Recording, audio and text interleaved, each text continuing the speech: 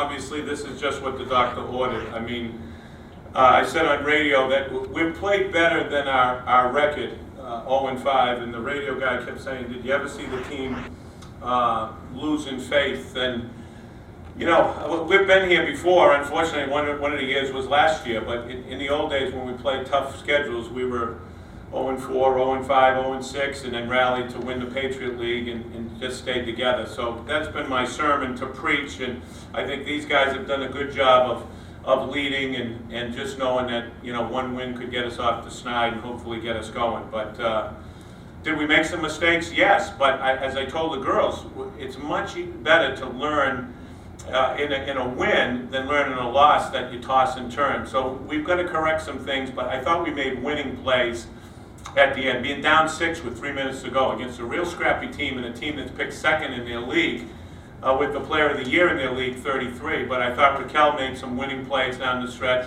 We scored on out-of-bounds plays down the stretch underneath, which I think was huge.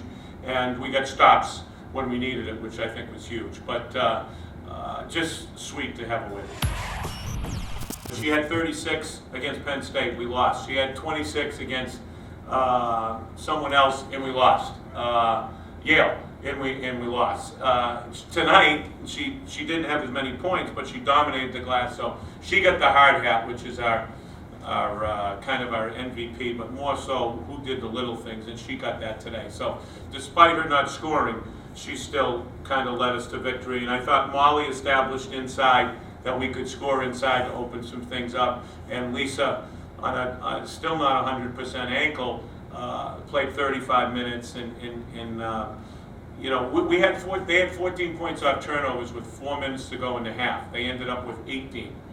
So there for 24 minutes, we only gave them 4 points off turnovers, which is really big, and a lot of that's Lisa. In the first half, we really focused on just rotating and playing to help your defense and just like being there on the block with that post player. And I think just coming to the game, we talked about talking, and that's how we're going to win our game, because we play good defense and transitions to good offense.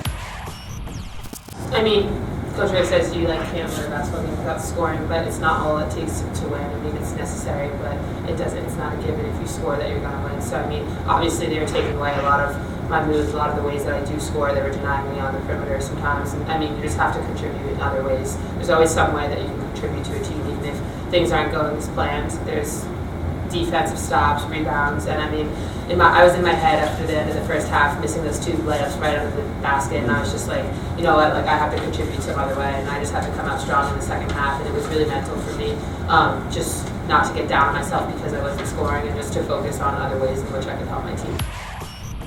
Well, as soon as the ball goes in, if I score, then someone has to help on defense, and then if I'm open, then that makes someone else on the perimeter open, and I think our guards did a good job shooting outside, and they also did a good job getting it into me, which is really helpful. A lot of times, we'll go into the fourth quarter, and I think out of probably most of the games we've gone to the fourth quarter either tied or up, and then we've ended up losing. And I mean, I think just staying consistent throughout the game, even when things aren't going our way, don't take that as a personal loss. Just take that as more motivation to improve something and get away. I've just learned over the past 4 years as a player not to get crazed. I think I did that early on in my career, and now there's obviously nothing good coming out, going crazy, just staying calm and if we're down by 6, knowing that we can still, there's 5 minutes left and we can still take